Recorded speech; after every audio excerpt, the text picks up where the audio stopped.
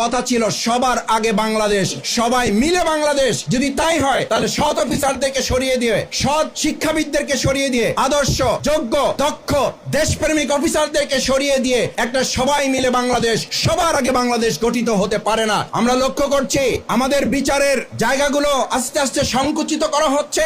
যারা সুন্দর সুষ্ঠু বিচার করছিলেন সেই জায়গাগুলো সরিয়ে দিয়ে দলীয় লোক বসানো হচ্ছে, আপত্তি নাই। তো এই লোক বসানোর সাথে সাথে একের পর এক বিচারের নামে মামলায় যাদের যাহারে নাম আছেন, হত্যা মামলার আসামি, তারা এই সরকার প্রতিষ্ঠিত হয়ে যাওয়ার পর কি করে 3 দিনের মাথায়, 4 দিনের মাথায়, 5 দিনের মাথায় জামিন পেয়ে যায়। এটা রীতিমতো জুলাই শহীদদের প্রতি বিশ্বাসঘাতকতা ছাড়া আর কিছু হতে পারে না।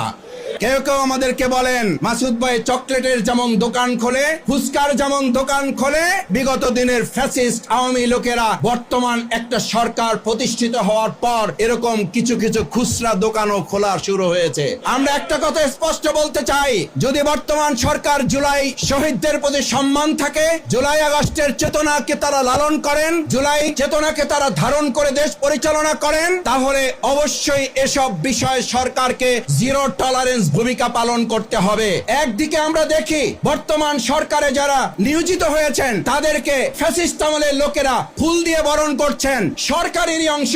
আইজিপি নিজে বলছেন নিষিদ্ধ ঘোষিত সংগঠন চলার কোনো সুযোগ নাই। আমরা এই সাংঘর্ষিক অবস্থা দেখতে চাই না। আমরা দেখতে চাই জুলাই আগস্টের চেতনায় লালিত আমাদের 71-এর যুদ্ধের মাধ্যমে সাম্য, মানবিকতা, সামাজিক সুবিচার এর ভিত্তিতে আমাদের বাংলাদেশ পরিচালিত হবে এবং নাগরিকগণ শান্তিতে বসবাস করবে।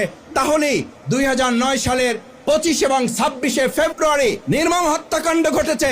যদি পরিস্থিতি সামাল দেওয়া না যায়, আমরা যদি সততা, দক্ষতা, যোগ্যতা, দেশপ্রেমের ভিত্তিতে দেশ পরিচালনা করতে না পারি, আবার কোন এক কুচক্রী মহল আমাদের এই সমস্ত সৎ, দক্ষ, যোগ্য, দেশপ্রেমিক অফিসারদেরকে বিপদে ফেলার ষড়যন্ত্রের নেপথ্য নায়ক হিসাবে ভূমিকা পালন করবেন। এরকম পরিস্থিতি বাংলাদেশের মানুষ আর দেখতে চায় না। আমাদের 2009 সালকে সামনে রেখে যদি আবার 17 বছরের সেই পিছনের বাংলাদেশে আমরা ফিরতে না চাই, অবশ্যই আমাদের সৎ, দক্ষ, যোগ্য যারা দেশপ্রেমিক অফিসার তাদেরকে দিয়ে বাংলাদেশ পরিচালনায় ভূমিকা পালন করতে হবে।